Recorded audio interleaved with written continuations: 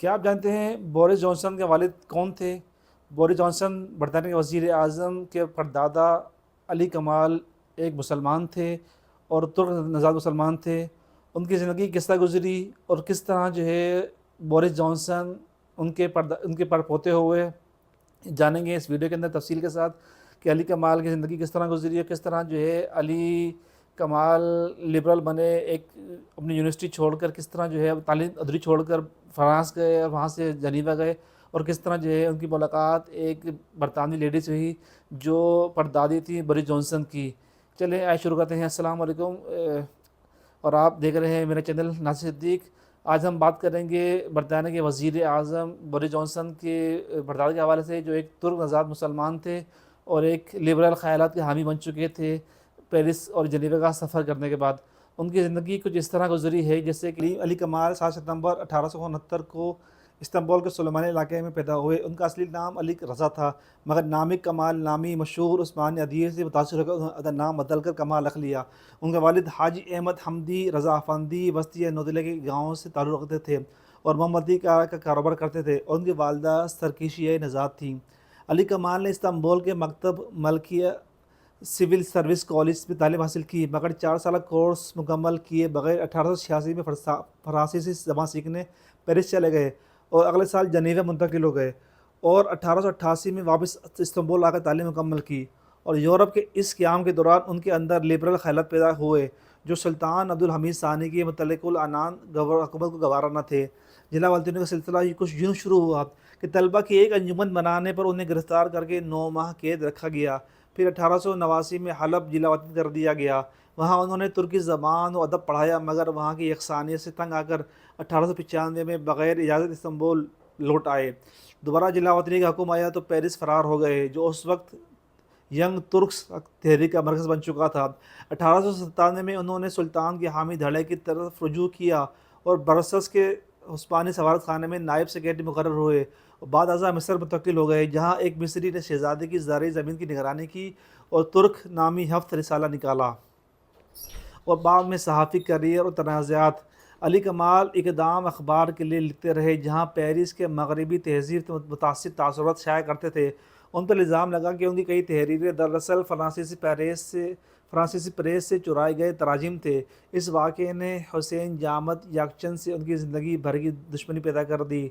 Switzerland کے دورے کے دوران ان کی ملاقات ایک اینگلو سوئس لڑکی وینی فریڈ برن سے ہوئی، جن سے 1903 میں لندن میں شادی ہوئی۔ 1908 کی ینگ ترک انقلابات کے بعد وہ استنبول واپس آئے اور عثمانی صحافت اور سیاست میں نمایاں مقام حاصل کیا۔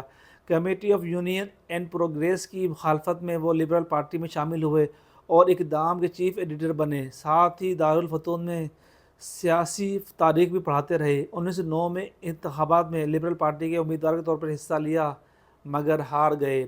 31 مارچ کا واقعہ کچھ اس طرح ہے، اور دوبارہ وطنی اس طرح ہوئی کہ اپریل 1909 میں ایک صحافی کے قتل کے بعد پیدا ہونے والے سیاسی بحران 31 مارچ انسیڈنٹ میں ان کی تقریر کا اہم کردار رہا۔